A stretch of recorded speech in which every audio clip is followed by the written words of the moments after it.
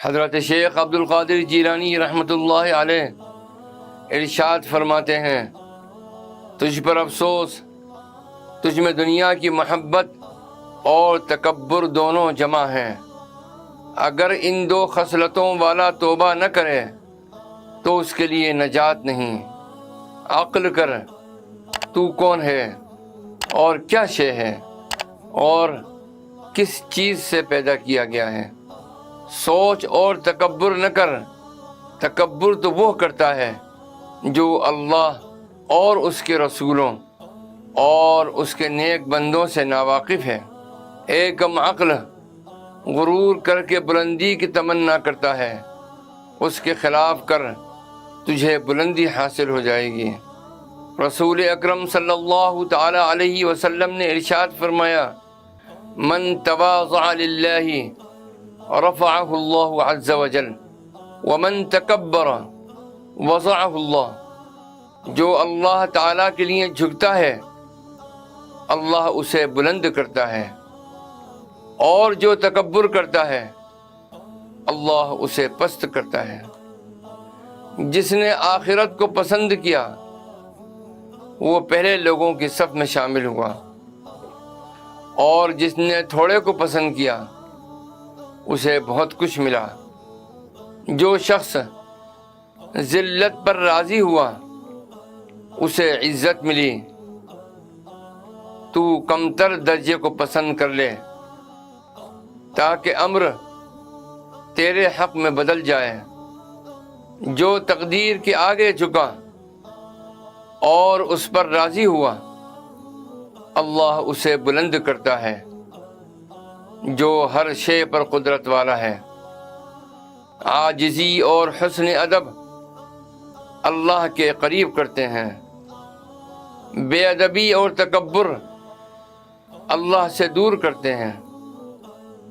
اطاعت و فرما برداری تیری اصلاح کرتے ہیں اور تجھے قریب کرتے ہیں، جبکہ نافرمانی تجھے خراب کرے گی اور اللہ سے دور کر دے گی۔ اے بیٹا، دین کو ایک انجیر کے بدلے نہ بیچ۔ اپنے دین کو بادشاہوں اور امیروں اور حاکموں کے انجیر اور حرام لقمے کے بدلے نہ بیچ۔ جب دین کے بدلے دنیا کھائے گا تو تیرا دل سیاہ ہو جائے گا، اور سیاہ کیسے نہ ہو کہ تو مخلوق کی عبادت کرنے لگا ہے۔ اے رسوا و ذلیل، اگر تیرے دل میں نور ایمان ہوتا تو حرام اور مشکوک اور مباح میں فرق کر لیتا، اور جو چیز دل کو سیاہ کرتی ہے یا روشن بناتی ہے، اور جو چیز تیرے دل کو اللہ سے قریب کرتی ہے یا دور کرتی ہے اس میں امتیاز کر لیتا۔ اے جاہل، میں تو اللہ کی ذات پر توکل اور کسب کے سوا اور چیز کو نہیں جانتا۔ ایمان کے شروع میں کسب کے ذریعے لین دین ہوتا ہے، پھر ایمان کے طاقت پکڑ لینے پر اللہ اور تیرے درمیان جو واسطے ہیں ان کے اٹھ جانے کے بعد اللہ سے لین دین ہوتا ہے۔ دل مضبوط ہو جانے پر اللہ کے حکم سے مخلوق کے ہاتھوں پر لیتا ہے، اور میرے قول براہ راست کے یہ معنی ہے کہ دل کا وسائط اور شرک کے ساتھ ٹھہراؤ نہ ہو، احکام الہی پر عمل کرے اور مخلوق سے لین دین کرے۔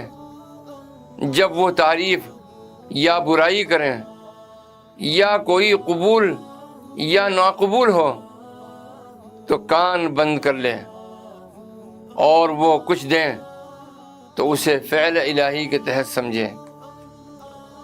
اولیاء اللہ تو غیر اللہ سے گونگے بہرے ہیں، ان کے نزدیک تو صرف اللہ ہی خلقت کا مددگار ہے اور اللہ ہی رسوا کرنے والا ہے، اور وہی عطا کرنے والا اور نقصان پہنچانے والا ہے، وہی فائدہ کرنے والا ہے۔